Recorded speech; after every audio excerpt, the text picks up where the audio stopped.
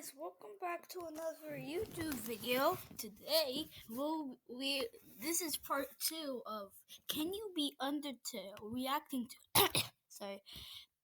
We will be reacting to again, Can You Be Undertale without you moving your soul in a fight? Let's get started.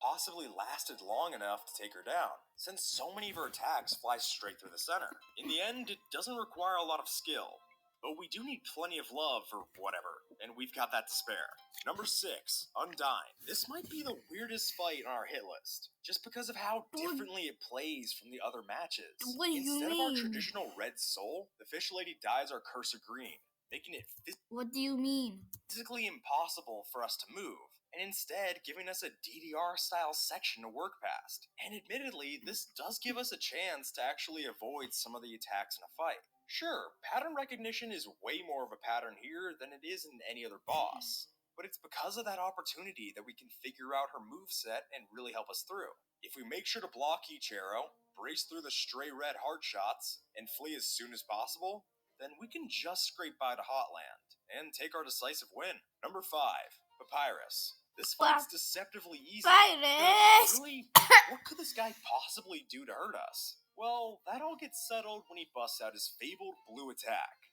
Just wait for it, and bam! We're blue. But this attack does way more than just a simple paint job, because now we're completely at the mercy of gravity.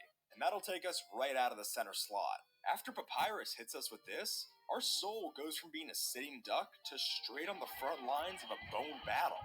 All of a sudden, every attack starts connecting, and we're just getting curb stomped. I mean, we get damaged so badly here that Papyrus starts giving us a tutorial on how to avoid attacks. But I guess he's not familiar with the channel, because we can only sit there and take it. At least until we're down to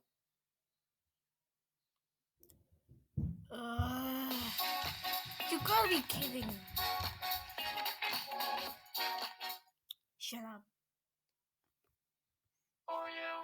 Bitch!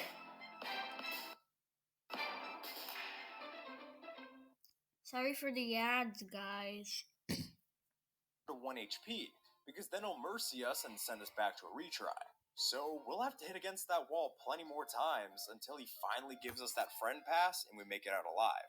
It plays out like a brutal version of Toriel's encounter, but the end result's the same, and we can just squeeze past till later in the story. Number 4, Mad Dummy. For this fight, we might as well leave our skills in the garbage, because luck is all that we have here. At least, that's the case for the first phase. With the extra dummies, we can only make it through here if our position works out just right, since we can't exactly do the intended method of lining up the shots ourselves. All that we've got is to stand still, let them spawn, and how hope that about when some you're of their gonna fight projectiles just happen to Metatron? graze by that boss. Metatron. And while that's a fine enough strategy to take down some of his health, we're really backed up into a corner after he replaces his workers. Now with the dummy bots put to work, we can't just hope that he'll get caught in the crossfire, and every heat-seeking missile pins us for the kill.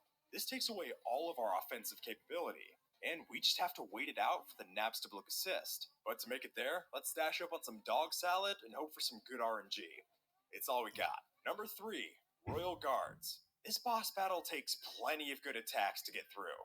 This time, we've got 2 targets to worry about, so we'll need to focus damage on one of them at first to get rid of the lethal team attacks. But even taking one down isn't a free ride out, because the grief will cause the other lover to beef up their damage and intensity.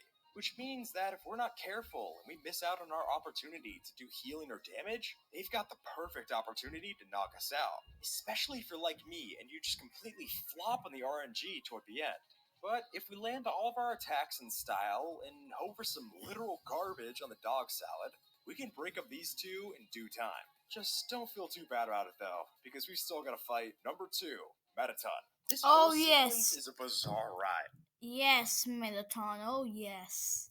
From doing horribly at trivia, to jetpack flying for ingredients, and even defusing a whole slew of bombs. But luckily enough, most of it doesn't tax our soul. Goodbye, you all.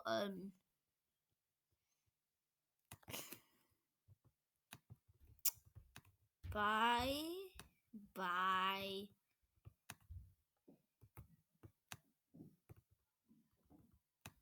I really bitched.